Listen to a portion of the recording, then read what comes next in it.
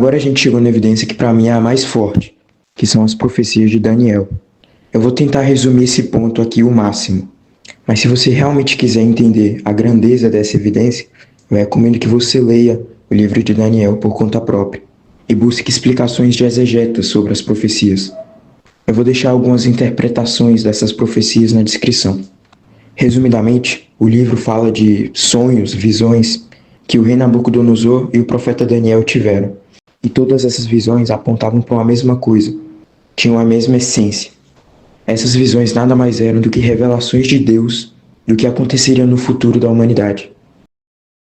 A primeira visão era de uma estátua que tinha cabeça de ouro, peito e braços de prata, coxas de bronze, pernas de ferro e pés de ferro misturado com barro. A segunda visão mostrava 4 animais, um leão, um urso, um leopardo e uma besta, com dentes de ferro. E depois a visão do bode e do carneiro, que tinha um carneiro com 2 chifres, um maior que o outro, um bode com um chifre só, depois os chifres desse bode se dividem em 4, e de um dos 4 nasce um outro chifre que se torna poderoso. Essas visões podem parecer estranhas, mas se você ver a interpretação delas, você vai ver que todas estão prevendo quais reinos dominariam a Terra e como a Terra seria governada no futuro em relação àquele tempo. E acontece que Daniel viveu por volta do século VI a.C.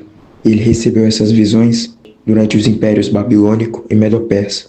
E essas visões previram que depois do Império Babilônico viria o Império Medo-Persa, depois do Império Medo-Persa viria o Império Greco-Macedônio de Alexandre o Grande, que esse império iria se dividir em 4, e aí depois viria o Império Romano, e aí o Império Romano iria se dissolver em diversas nações misturadas, mas não totalmente conectadas, que seria a Europa.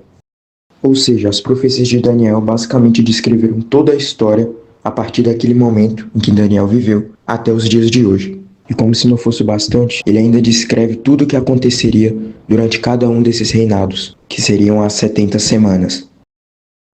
Eu expliquei de forma bem resumida, para economizar o tempo, mas se você estudar esse assunto profundamente, você vai ver que é impressionante a precisão dessas profecias de Daniel. Você vai ver que é impossível que um cara no século VI a.C. tenha adivinhado tudo o que ia acontecer na história dali para frente, sem que ele tenha tido uma inspiração divina real.